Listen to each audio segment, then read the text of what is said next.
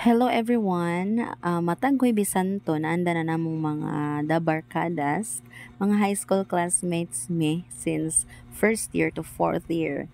Nga maghimo mi og bisita iglesia sa mga simbahan diri sa Cebu. Karong tuiga amo na sad nga himuon ang amo ang pagbisita iglesia. Ug anhi gyud namo unhan sa amo ang parokya sa Mingraniliang Archdiocesan Shrine of the Immaculate Heart of Mary. Mangayo mi og panalangin og protection gikan sa among mahal nga Birhen Maria.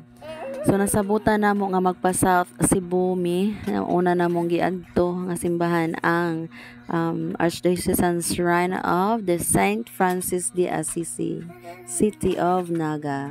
Nipadayon mi ngadto sa San Fernando ang San Isidro Labrador Parish. Nipadayon mi niadto mi sa Archdiocesan Shrine of Saint Catherine de Alexandria. Mao ni ang parish sa Karkar. Nipadayon mi sa Cebu nga there is Our Lady of the Pilar.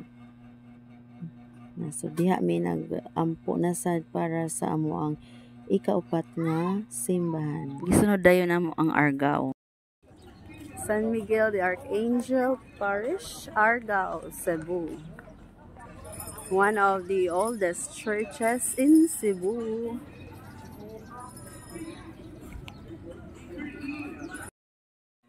Usas among tuyo karong adlaw mausab ang pagkumpisal. So diri sa Argao mi nakahigayon pagkumpisal. Og naabot mi diri sa Dalaget ang San Guillermo de Aquitania Church. Ug sakto kaayo ang among pag-abot kay mao ang pagsugod sa Last Supper Mass. Ug kay usaman sa among tuyo nga makasimba mi, so ni simba mi dinhi.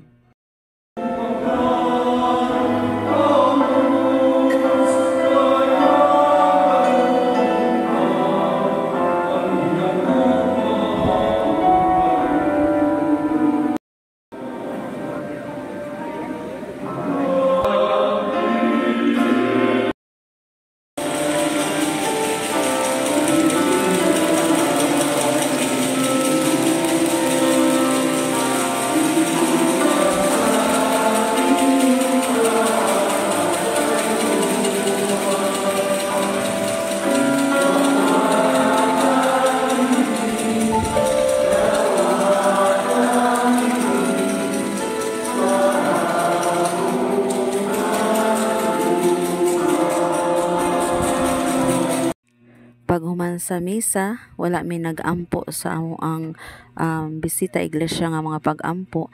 Nipadayon mi ngadto sa sunod nga simbahan, sa simbahan sa Alcoy, ang Santa Rosa de Lima Parish. Dito na magiampo ang ika-unom nga simbahan.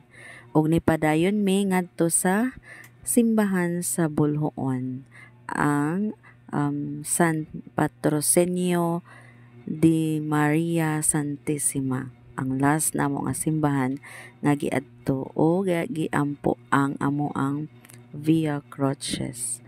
So aning orasa alas 7 na og akong gipakita diri ang among karaan na kayo nga basahon.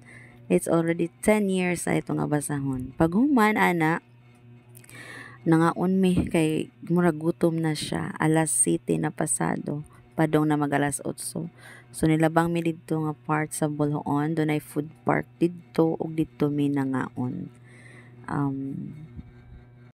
At exactly 9:20 PM nigikan mi sa Bulhoon pauli sa Mingranilla. Salamat kayo dear beauty sa taas kaayo nga biyahe.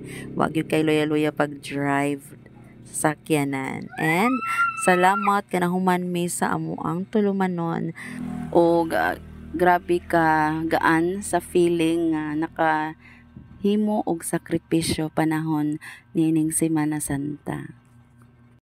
Ug dinhi lang kutob, salamat sa pagtan-aw.